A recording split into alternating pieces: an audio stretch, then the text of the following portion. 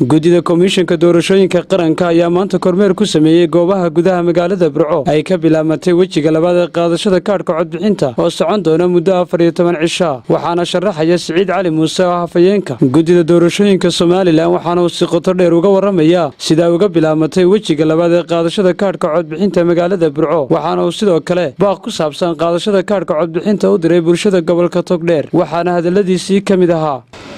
maanta oo isniinana waxaa degmada Burco ayaa ka bilowday kaar qaybintu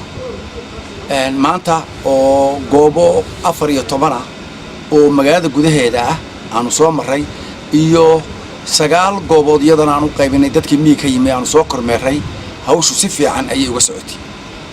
dadku kuyo dhaadheer ayaa meelaha qaar kood ka jiray meelaha qaar koodna dadku waa ku yaraayeen marka runta loo hadlo laakiin waxa muuqatay niyad ah dadku inay doonayaan inay kaarkoodii qaataan aad baan ugu boorinaynaa uguna dhiirigelinaynaa dadku inay kaarka qaataan waxa annaga komishanka hadaan nahay faa'iido noo ah oo aan u arkaynaa inaan hawsheeda ka soo baxnay markuu dadku ay kaararka ugu badan qaataan hadhowna ay kaararka ugu badan ay ku codeeyaan oo ay doorashada madaxtinimada ay ku galaan sidaad la socotaan degmada Burco waxay ka koobnayd miyi iyo magaalo qaybtii miyiga meel baan isugu geynay intii magaalada oo 55 goobood ahayd oo magaalada gudaheeda ahaydna iyadana waanu kala qaybinay oo meelaha muhiimka ah iyo xaafadaha ayaan u kala qaybinay sidaan u kala qaybinay waxa weeye 11 goobood oo magaalada gudaheeda ah oo dadku ay ka qaadan doonaan sooyaal khayriyada inajibiye meelaha fara badan oo kale to dhulka wada caanka ah ayaa laga qaadanayaa haddii la baqadarkeed leeyahay goobihii miyiga ahaa ee degmada Burco ahaa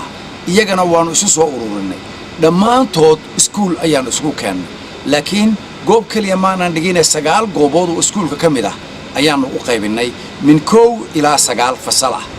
dadkii miyiga ka imanaya amaba iyagu magaalada jooga oo miyiga markii hore iska diiwaan galiyay waa in ay tagaan dugsiga Cabdalla Nuuri oo magaalada bartamaheeda ku yaala halkaasi ayaa kaarkoodii u yaala oo ay ka qaadan doonaan waa tuulooyinka degmada Burco dugsiga Cabdalla Nuuri ay ka qaadan doonaan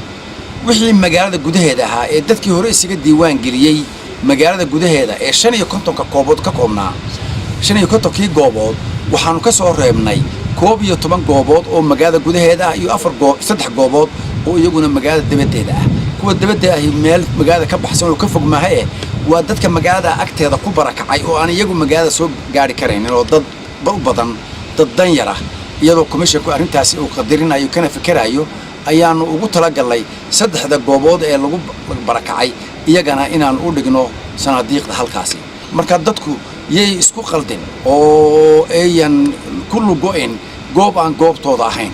meel walba waa lagu dhijiyay inta goobood ee la isugu keenay marka dadka waxaan la soo ku wacyigelinaynaa lana socodsiinaynaa in aan dadka magaalada iyo goobaha magaalada ku qoran ka qaadanaya ayeen iskuul gooyn inay tagaan Cabdalla Nuuri magaalada bartankeeda iskuul ku yaala waayo halkaasi waa dadkii miyiga oo kaliya